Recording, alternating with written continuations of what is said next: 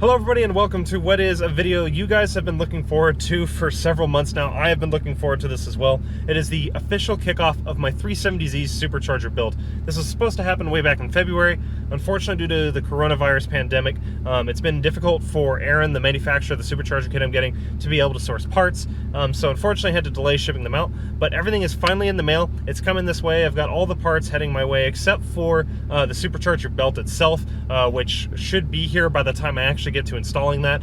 We got a couple of supporting things, namely the fuel pump and the fuel injectors to start on first. But before all that, in this video, I kind of wanted to just give y'all a little prep video showing some of the things you should do before you start working on the supercharger install, some things to consider and such. Alright guys, so there's a couple things I want you to know before you decide to install a supercharger or turbocharger on your car if it's your first time doing a forced induction build like me.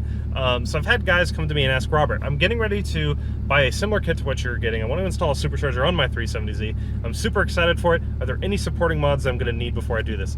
Unfortunately, you can't just slap a supercharger and the extra piping on a 370Z or indeed a bunch of other cars. There's a lot of supporting mods that go into being able to handle that extra power and torque that you're going to get from your car. So it's not something that can just happen overnight. My 370Z supercharger build has been in the works for almost 2 years now. It's been a lot of planning just to make sure I get the correct supporting mods and making sure I can save up for the correct kit that I wanted to get. The first supporting mod that I installed was a oil cooler. I installed that almost 2 years ago, way back in September of 2018, I believe it was. And it's really important because it keeps your oil temperatures within the correct operating range. That's usually about 180 to roughly 260 degrees Fahrenheit. It really depends on the oil.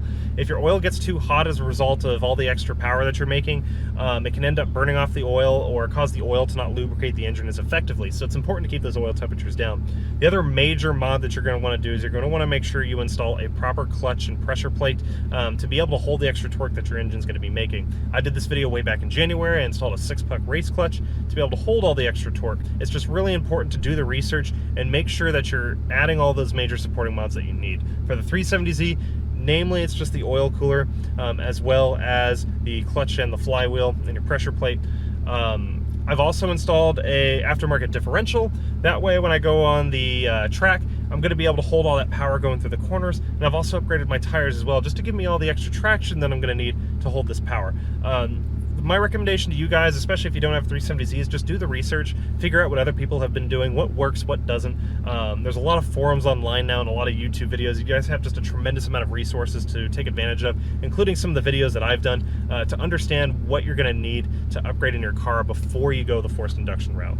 A couple of the other supporting mods, which I haven't mentioned already because they're actually going to be part of this install series, is a upgraded fuel pump. I'm getting a Walbro 340 liter per hour fuel pump, as well as some upgraded injectors, because you're going to need to be able to send a lot more fuel to the engine. So these are two major pieces of the puzzle when you're installing your supercharger. You may also consider things like a fuel return system, oil catch cans, the works. There's just a bunch of supporting stuff you can do.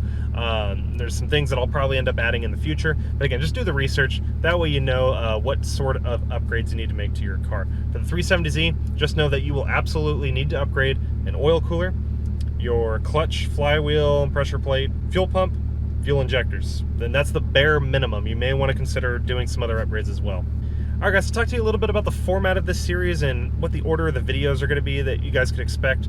This video obviously is about the prep work for the supercharger install, everything you need to know before you begin getting into it. After that, the next video you guys should see is going to be the fuel pump install. I'm going to be working on that this coming weekend. Then we're going to be doing fuel injectors. There's going to be an unbox video at some point, just kind of showing what all is going to come in this kit that I'm getting from TopGunz. We are going to be doing a video or two on the actual installation of the piping and the supercharger itself. That's all going to be a pretty long process, so depending on how long the video gets, I may end up splitting it into 2 different videos.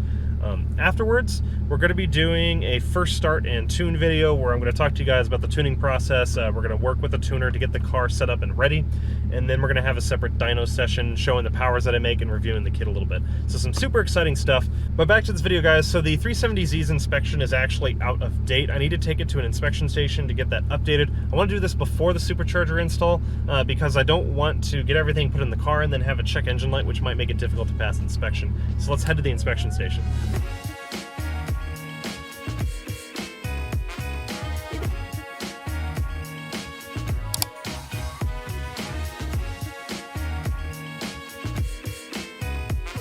And in case you ever wondered what a Z1 6-puck clutch feels like, Damn, it's a top clutch.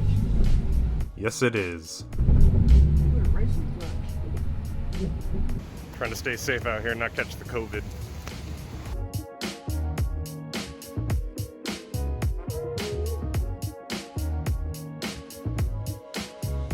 Alright, so the Z just got inspected and I have the registration form here, and if we can see, that is an overall pass. So the Z passes inspection despite the fact that it doesn't have catalytic converters. A lot of you have asked me about this.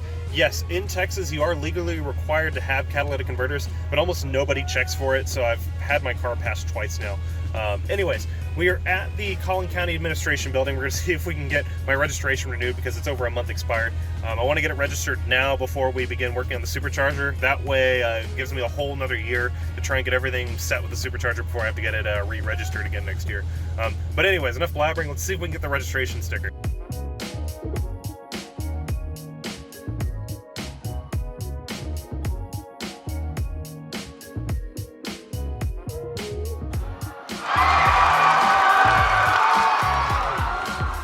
And this is pretty much it, guys. This is my last drive in the 370 before the supercharger gets installed.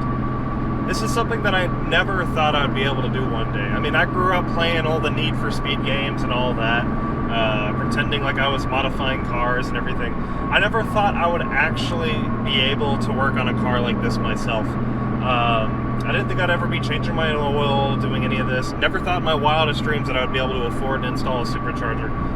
And yet here I am. We're getting ready to begin work on it starting this weekend, and it's just, this has been a dream of mine for so long, so I'm glad I finally get the opportunity to do it.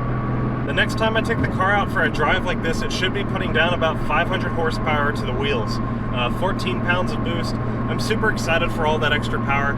Also a bit worried because I don't know how reliable the power is going to be. I've talked to Aaron and he says that this kit is reliable, and it all kind of depends on how you tune it and how you drive it.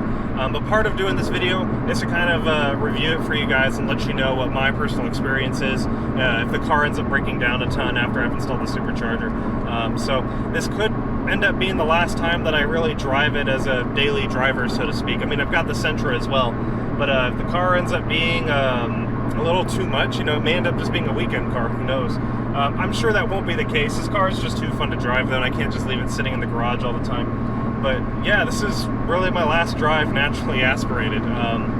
Super humbling to think after all these years I've finally been able to get to a point where I can do this. But anyways, I'm going to enjoy the rest of this drive, guys. We'll get the car parked, and we've got some other things we need to do in the Sentra. We also need to call the tuner. So anyways, we'll catch y'all back at the house.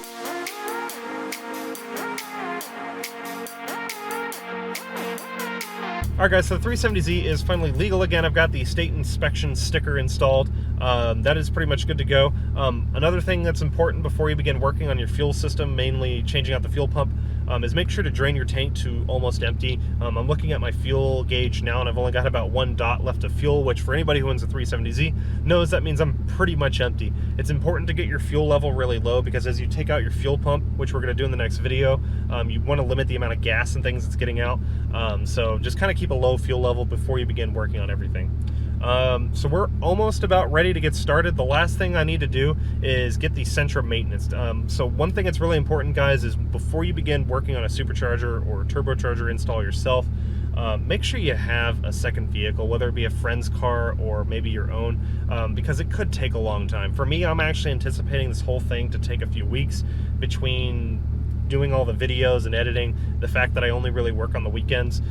That's all going to cause this to take almost a month to get everything done, tuned, before the car is actually on the road again. So it's important to have an extra vehicle to be able to make trips out to a shop or go to work or whatever. So just make sure you guys have another form of transportation. This is something that's probably not going to happen in a day. So yeah, there's a couple things I need to fix on the Sentra before we can get started on the Z.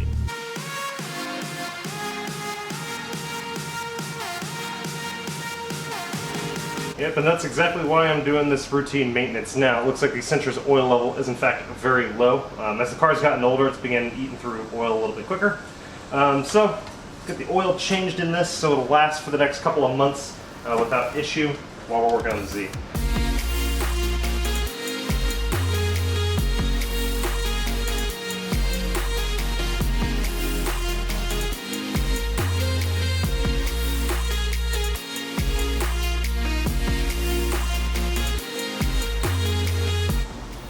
yeah, that's really bad. I don't know if y'all can see that there on camera. These pads are well past overdue to get replaced here.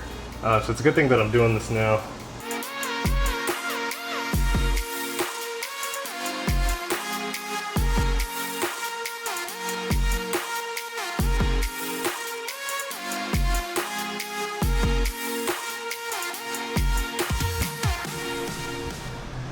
Alright guys, so just finished up on the Sentra, and I just got a text back from the tuner, and do I have a unibrow? What is that? Sorry guys, I'm completely dirty right now from working on the car. But I just got a text back from the tuner, and we've just started a dialogue with all the supporting mods and what the plans are to get the car tuned up after I get the supercharger installed. The Sentra is all fixed up now. We're going to go ahead and get it down, hop in the Z, and bring it into the garage to start this build. Well, the Sentra is now all maintenanced up. I suppose that only means there's really one last thing to do. Take her for one more drive down the alley, get it in the garage, get the supercharger installed.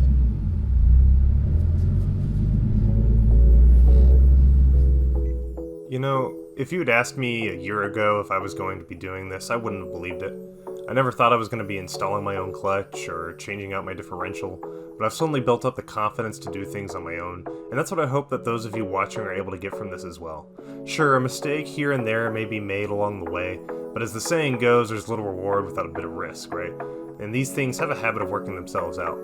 I still have no idea how the supercharger build is going to go, but I suppose there's only one way to find out.